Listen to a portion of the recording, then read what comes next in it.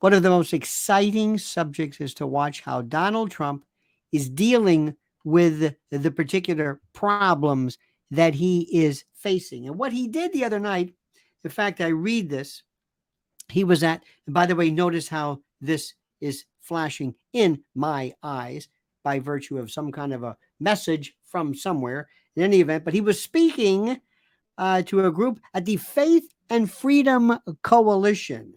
This is very, very interesting. And it was called the Road to Majority Conference in Washington, D.C. And he was talking and leading as a pro-faith candidate and the like. And he said some very interesting things. Listen to this. Listen to his words. Listen very, very carefully. Listen to how he speaks and what he said and why this is critical if you want to understand what's on his plate, what's on his agenda, and where he is going. You ready for this? Get ready. But first, before I go into this, you must like this video. You must subscribe to the channel.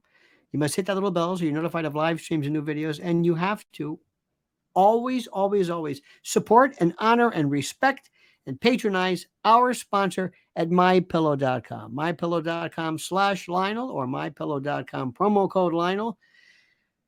Gifts and items that you can luxuriate in that will change your life like you cannot believe. Pillows, percales, you know it, and the slippers out of this world. mypillow.com promo code Lionel. Listen to what he said, quote, every time the radical left, Democrats, Marxist, communist, and fascist, got it all covered, indict me, I consider it a great badge of courage, he said. To cheers. I'm being indicted for you, he continued. And I believe the you is more than 200 million people that love our country. Whatever documents a president decides to take with him, he has the absolute right to take them. He has the absolute right to keep them, or he can give them back. Now, I will let others decide whether this interpretation of the records law is correct. My particular advice as a lawyer is don't go into the merits of the case or any kind of defenses, but listen specifically as to what he's saying. And you must understand how he draws from the group. Listen. There are people who just know how to say things and connect. And there is nobody who connects with a crowd like Donald Trump. Period. Biden doesn't do it. DeSantis doesn't do it. Kerry Lake doesn't do it. Marjorie Taylor Greene, Boebert, Gates, none of these people. None of the commentators, none of the usual suspects, nobody, even Tucker Carlson. Close, but not like this. Trump goes in and it's visceral. He's fighting back.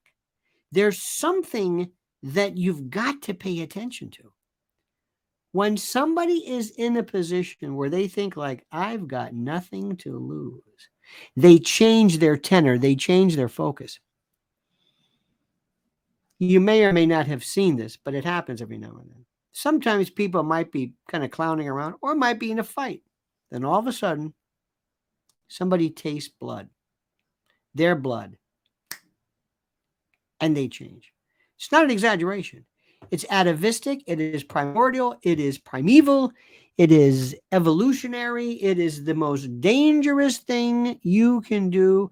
And that is when you realize you have been bloodied, that this got serious, and something in you takes over. You've heard the stories of the mother, I believe it was in Tampa, believe it or not, where her son was working on a car.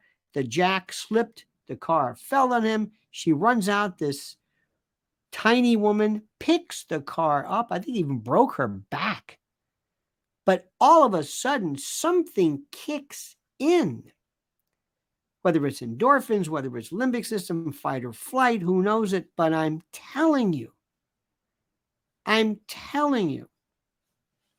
And inasmuch as I and others are trying our best to figure out what is the best for the country, what is the best in 2024, how does Robert Kennedy work into this, how do we figure this out?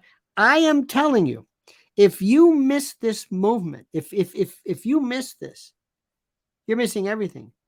Donald Trump is the most dangerous politician you have ever seen, because he takes on fans and takes on people who don't necessarily tell you they're his fans.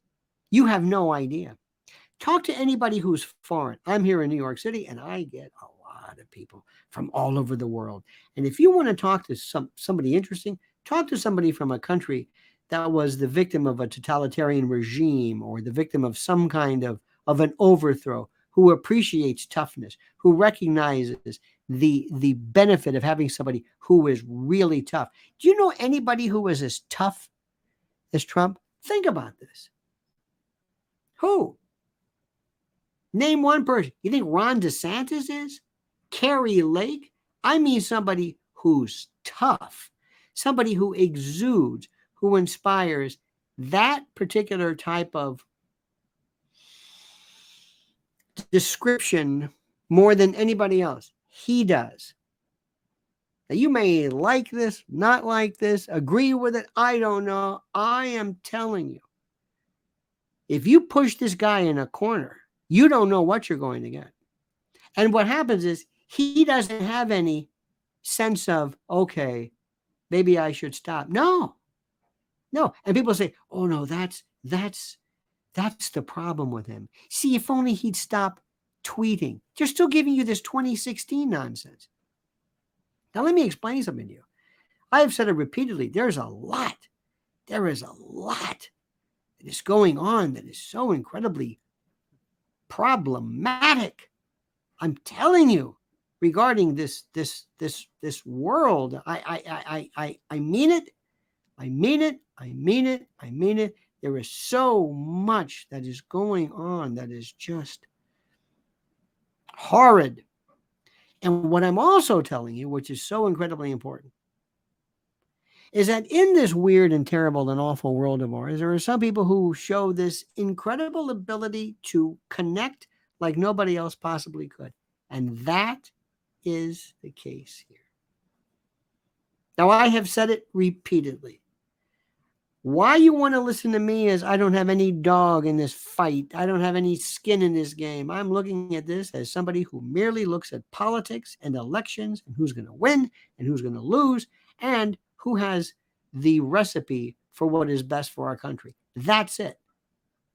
I don't care. I'm not into MAGA. I'm not into TDS, positive or negative, which I commented on. I'm into the truth. And let me tell you something. I've been studying this now a long time. And there are many, many layers to a candidate. And the thing that is so rare is for the candidate to be able to connect with something viscerally. Ronald Reagan did it. Bill Clinton did it, sort of.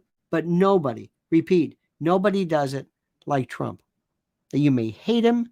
You may despise him. I understand. I've heard all the reasons. But if you undersell him, if you turn your back on him, if you think that there is no way he could win again, I'm not saying whether he should, but in a fair fight and in a fair election, if you think that you are confident enough, I don't even care if he's in prison. Remember, Eugene V. Debs, remember, nothing in Article 2 that prevents you from serving your term in prison, which is absurd to even think of. Woe unto you if you underplay or underestimate this man's determination, his grit, his fire, and his absolute impenetrable, inimitable, the nonpareil and sui generis fire that he has in his belly. If you think I'm kidding, if you think this is some kind of an exaggeration, oh, do you have a surprise coming. Don't ever forget that. Thank you, dear friend. Now it's time for you. But first, like the video, subscribe to the channel, hit that little bell so you're notified of live streams and new videos. And don't forget our great sponsor, MyPillow.com, promo code Lionel. They're so good. Such great Americans with such great products. And now it is time for you to share with us your genius and comment as you see fit. I said, comment. Let me try this again. Comment as you see fit.